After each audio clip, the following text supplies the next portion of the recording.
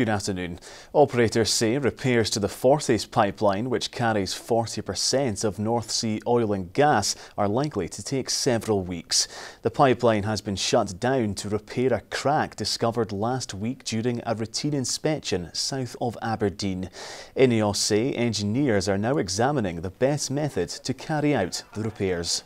We've closed valves on either side of this section to put this pipe in the safest possible state we can. We are now monitoring that crack. Over the last 24 hours, the crack has been stable. We continue to monitor that, and in parallel with that, we're working out the best way to repair it as safely and as quickly as possible. Nurses across Scotland say they are at breaking point, with almost 3/4 feeling worse off financially than they did 5 years ago.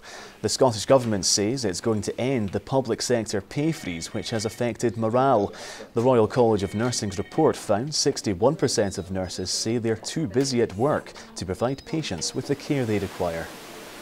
Year on year, nurses have been told that they're less valuable than they were the year before, and people are now telling us that they're having to take second jobs and they're lying awake at night worried about their financial position. That's unacceptable.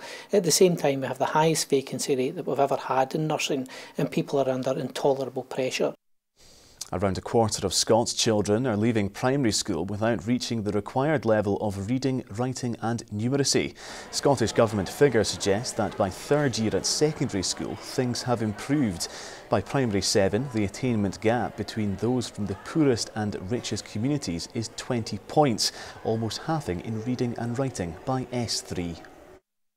What we see is the investments of the government beginning to bear fruit, with a 543 increase in the number of teachers, with investments in our school buildings, and with over 90% of young people at S3 achieving the required levels that are set for them. So there's enormous success and strength in these figures about Scottish education.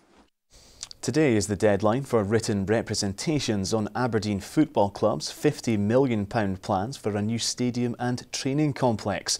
The club withdrew its initial application in October for further discussions with planners, but will now launch a second consultation to be decided in January. Well, now here's Sean with the weather forecast.